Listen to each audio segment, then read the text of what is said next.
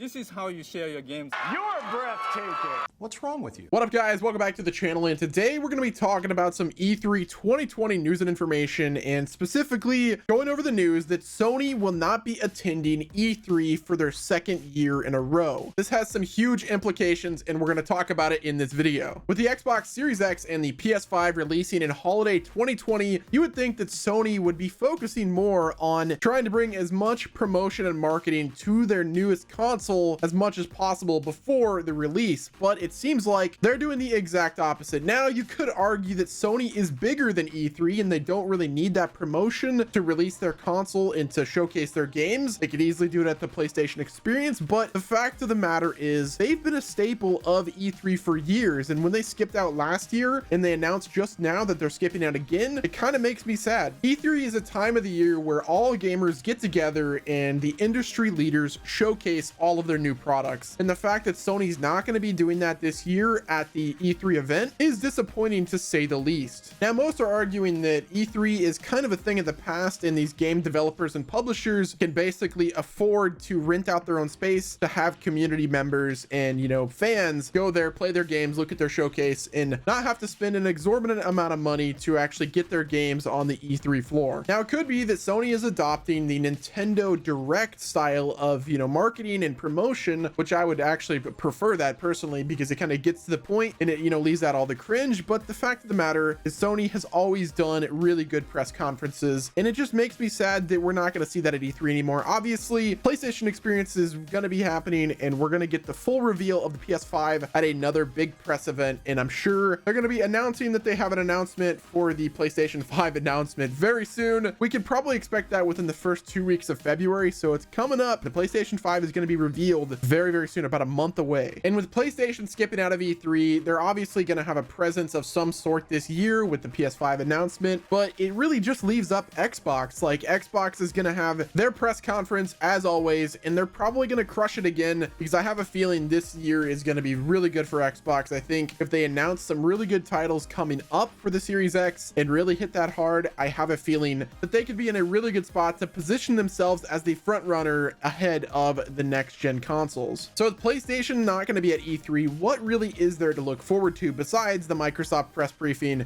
and the big publishers like Ubisoft and Bethesda, as well as EA, quote unquote, doing their reveals? Hopefully E3 is not going to flop, because it is in June, and I really hope that, you know, we're going to have some good announcements. But I have a feeling that E3 is on its last life, with Microsoft basically doing everything at the Microsoft Theater. I don't really see them having a presence on the show floor for E3, and I think realistically the only people that are going to have a presence from the big three is Nintendo. Nintendo always has a great Treehouse Live, and they're going to be doing that same thing at this year's E3. So it's just kind of crazy to me, the fact that, like, you know, Sony's not going to be there, Microsoft is not going to be on the show floor, but they're going to have, like, you know, announcements, and it's literally just going to be Nintendo and then a bunch of third-party publishers. So you know, this year's E3 is going to be very interesting, especially with the new consoles coming, and I really hope it doesn't flop. But if it does, I have a feeling that this is going to be one of the last times that, you know, we're going to have a truly good E3. And I'm going to be honest, if E3 goes tits up, I have a feeling that the Game Awards is going to be the #1 place to go to for all big game publishers and game, you know, developers to announce their new projects. And I think that'd be fine as well, but I really wish they had a show that was in the summer. I feel like if Jeff Keighley did what he did with the Game Awards and just kind of, you know, focused on an E3-esque, but just did it better, I feel like that would be insane. I think he, of all people, could make that show amazing, because he's done a really good job with the Game Awards. So to kind of circle back, yes, I am upset that Sony's not going to be at E3. Are they going to be showcasing new announcements? Yes. Will we be getting some new exclusive IP announcements from Sony? The answer is yes, always yes, because the PS5 is coming out, and I don't think that they're going to stop their marketing strategy to, like, you know, just because they're not showing up at E3 doesn't mean they're not going to announce anything. I mean, a lot of people don't talk about this, but Microsoft really didn't have much of a showing at E3 2019, and they're not going to have one on the show floor of E3 2020. It'll all be based in the Microsoft Theater, is what I am speculating. That's what they did last year. I'm almost positive they're going to do the same. But this year should be a hype year regardless of if Sony shows up or not, because I think this is Xbox and Nintendo's opportunity to really hit things hard, and I hope they do that. And I just hope that this is not a critical mistake for Sony. It's going to be weird never seeing the big three in the same E3 together, but it is what it is. Now, according to a Jason Schreier tweet, if you guys don't know, he's an industry insider with Kotaku. He tweeted, updated. One juicy tidbit I heard last year was that Sony's main reason for skipping E3 was disagreement, conflict, or tension with the ESA, which is likely due to the driving factor for here as well. So there you have it, guys. Basically, ESA, the people who run E3, need to either fix their stuff or they're going to lose all the people that are involved with E3, which would be unfortunate, but the games are going to be announced and revealed either way. So, I mean, I'm not really worried about it. As long as the games get revealed and announced in a, really hype event, then I'm happy. I like live tweet and stuff like that. So as long as I'm able to watch a stream and see what's going down, then I will be perfectly fine. But guys, let me know what your thoughts are. Are you upset that Sony is skipping E3 for the second year in a row? Or are you excited about this opportunity for Nintendo and Xbox to really,